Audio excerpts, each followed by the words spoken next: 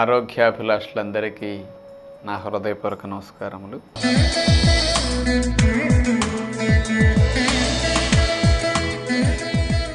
ఈరోజు మనం మీరు ముక్కుతున్నారా లేదా తెలుసుకోబోతున్నాం. ముక్కితే నష్టం ఏంటో కూడా తెలుసుకోబోతున్నాం. ఇదేంటండి మొక్కటం అంటే?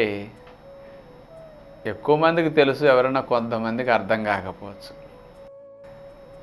ప్రతిరోజు దొడ్లోకి వెళ్ళినప్పుడు ఎక్కువ మంది చేసే పని అదే మొక్కటం. బెత్తడి పైన ఉన్న మలాన్ని కిందకి దింపటానికి నానా తంటాలు పడుతూ ఉంటారు. అది ముక్కితేనో, మూలిగితేనో, బిగపడితేనో, ఒత్తితేనో ఇన్ని గందరగోళాలు పడితే కిందకి మోషన్ జరుగుతుంది. ఒక ఆవు పేడేస్తుంది. 3-4 కేజీలు పేడ వేయటానికి 5 సెకన్లు పట్టదు.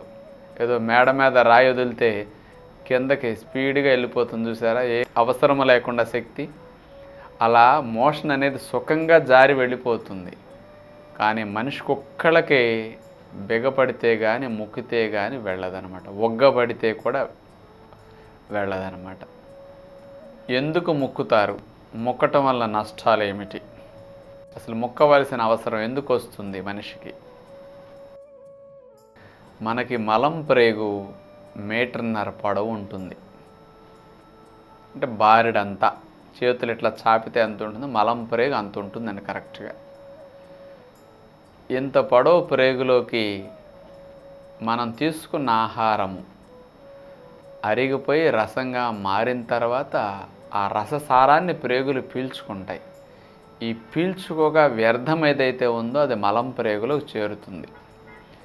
మనం రోజు 4 సార్లు తిన్నామంటే తిన్నది అరిగాక 4 సార్లుగా దాని ద్వారా వచ్చిన వ్యర్థము మలం ప్రేగులోకి చేర్చబడుతుంది.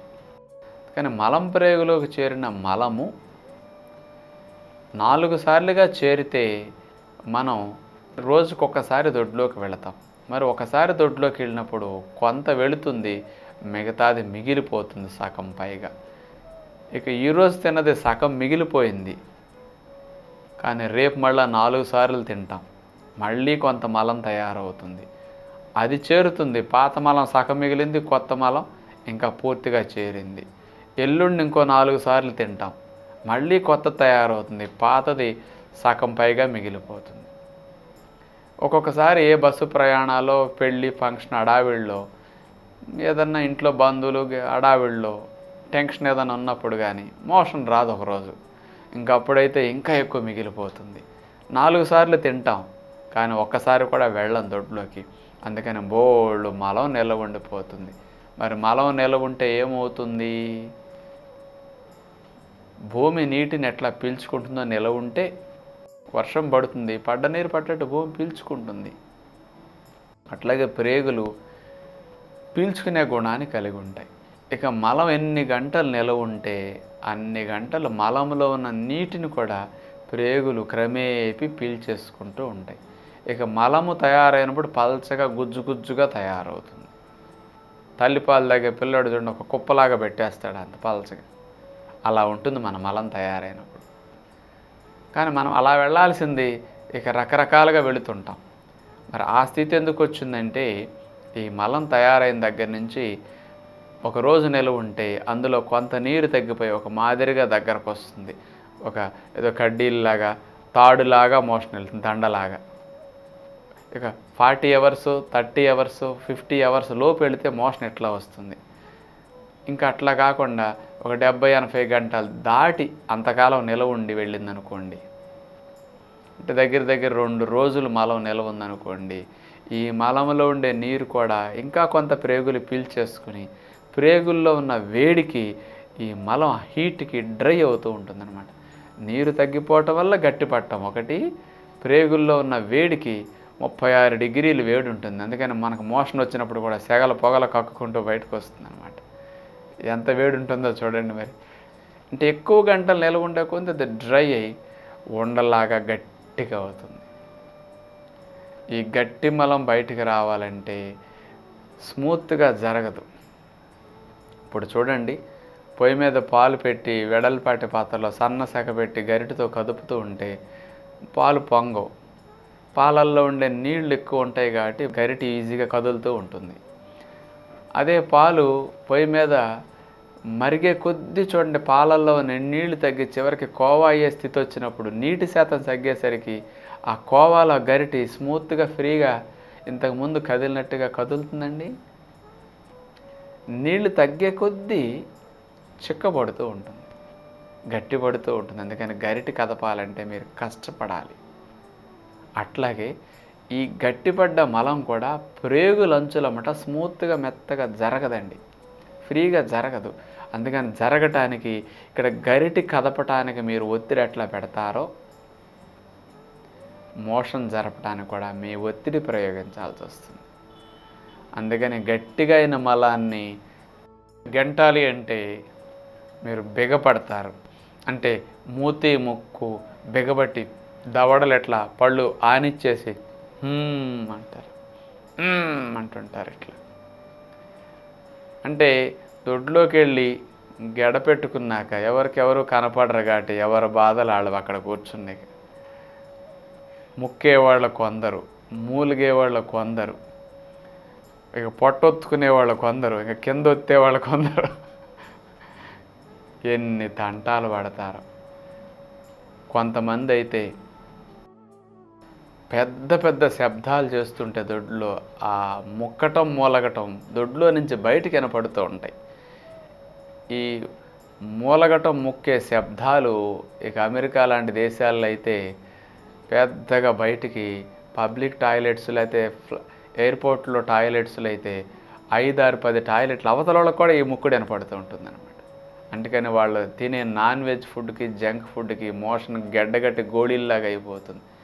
ఈ గోళీలు లాంటి బయటికి రాకపోతే బలవంతంగా గెంటుతూ ఉంటారు.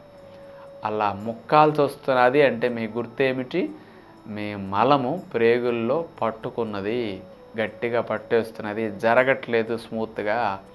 అందుకని మీరు బలాన్ని ప్రయోగిస్తున్నారు. మీకు ఎంత బలం ఉందో ఆ బలాన్ని అంతా మోషన్ వెళ్ళేటప్పుడు అక్కడ ప్రయోగిస్తుంటారు. అందుకని అంత ప్రెషర్తో అంత ఒత్తిడితో మీరు మలాన్ని విసర్జన చేస్తున్నారు. మరి దీనివల్ల నష్టం ఏమిటండి? మేము మొక్కితే మాకేంటి, మా ఏం ఇబ్బంది ఏమవుతుంది అనుకోవచ్చు. మీకు ఏమి నష్టం జరుగుతుందో తెలుసా? మీరు మూతి ముక్కు బిగబట్టి శ్వాసలు ఒగ్గబట్టి ఇట్లా బిగబట్టి మలాన్ని ఉండలాంటి గట్టి లాంటి దాన్ని వెళుతున్నప్పుడు ఈ ముక్కుడు శక్తికి మలం బయటికి వచ్చేటప్పుడు మలం ద్వారా దగ్గర ఉండే కండరాలు ఈ ప్రెషర్కి ఈ బిగబట్టి తోసేసరికి కండలు బయటకు వస్తాయి. అందుకని ఈ సున్నితమైన రక్తనాళాలు ఇంత ముక్కుడికి ఆ ఒత్తిడికి చిట్లిపోతాయి. ఒక్కొక్కసారి ఆ చిట్లు అక్కడ బ్లీడ్ అయ్యి ఆ రక్తం గూడు కట్టేసి ఆ భాగాల్లో గెడ్లు కట్టేస్తాయి. అందుకని ముక్కే వాళ్ళకే మోషన్లో బ్లడ్ పడుతుంది. ముక్కే అలవాటు ఉంది అంటే వాళ్ళకి తరచూ బ్లడ్ పడే అవకాశాలు ఎక్కువ కనిపిస్తూ ఉంటాయి. చుక్కలు పడతాయి. ఒకసారి రంగు జీరతో మోషన్ వస్తుంది. అంటే మలానికి రంగు రెడ్డగా కొంచెం అయ్యి ఉంటుంది.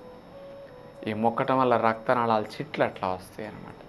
కొంతమందికి ఒకసారి రక్తం ఏదో చిచ్చుబుడ్డు కొట్టినట్టుగా కొట్టేస్తుంది అనమాట. అక్కడ ప్లేట్ నిండా అంత ఎక్కువ చిట్లిపోయి వచ్చేస్తుంటాయి అన్నమాట. ఈ ముక్కటం వల్ల మూలశంక వ్యాధులు వస్తాయి. ఇది ప్రధానమైన నష్టము. అంటే పిలకలు, internal piles, external piles develop అవుతుంటాయి. ఒక్కోసారి ముక్కే వాళ్ళకి గట్టి మలం ఏం చేస్తుందంటే మలద్వారం భాగంలో స్మూత్గా మెత్తగా ఉంటుంది కండ చర్మం, దాన్ని చీల్చుకెళ్ళిపోతుంది. చాకు కోసుకున్నట్టు గాడి పడిపోతుంది అనమాట. ఇక నిదానంగా పుండు మానదు, అదే ఫిషర్ లాగా అయిపోతుంది. కొంతమంది ముక్కేసరికి రక్తనాళాలు చిట్లి అక్కడ గూడు కట్టుకుపోయి నిదానంగా అక్కడ ఇన్ఫెక్షన్ వచ్చి ఆ ఇన్ఫెక్షన్ బయటికి వెళ్ళడానికి మలద్వారం పక్కనే హోల్ పడి ఆ ఫిషర్ లాగా ఫామ్ అవుతుంది అనమాట. అందుకని ముక్కే వాళ్ళకి ఇలాంటి మూలశంక వ్యాధులు, మలంలో రక్తం పట్టడం, మలద్వారం బయటకు పొడుచుకొచ్చి ఏలాడుతూ ఉంటుంది. ఇక మోషన్ వెళ్ళేటప్పుడు కిందకు బడుచుకొస్తుంది, కడుక్కుంటుంటే అదంతా ఏదో వెడల్పుగా ఉబ్బుగా ఎత్తుగా తగులుతుంది. మళ్ళీ కడుక్కున్నాక లేచేటప్పుడు ఏలు పెట్టి దాన్ని తోచుకుంటారు, లోపలికి వెళ్ళిపోతుంది. మళ్ళీ కిందకు వచ్చినప్పుడు వచ్చేస్తాయి అన్నమాట ఇట్లాంటి. అందుకని ఇవన్నీ మొక్కటం వల్ల వచ్చే ఇబ్బందులు అన్నమాట. మరి ఇలాంటివి మనం చేయకుండా ఉంటే చాలా మంచిదన్నమాట. అందుకని ప్రతిరోజు మోషన్ వెళ్ళేటప్పుడు మొక్కకుండా సాఫీగా, ఏ విధమైన ఒత్తిడి పెట్టకుండా, ఒక మేడ మీద నుంచి ఒక వస్తువును పడేస్తే చూడండి కిందకి ఆ వస్తువు ఏ విధమైన శక్తి అవసరం లేకుండా గురుత్వాకర్షణ శక్తితో ఆటోమేటిక్గా వెళ్ళిపోతుంది కదా. అలా మనకు మోషన్ వెళ్ళాలి. అలా వెళ్ళాలంటే మనం చెప్పే మంచి అలవాట్లు కనుక మీరు ఆచరణ చేస్తుంటే ఆవు పేడేసినట్టుగా అట్లా వెళితే మంచిదని తెలియచేస్తూ తదుపరి కార్యక్రమంలో మరలా కలుసుకుందాం. అందరికీ సెలవు. నమస్కారం.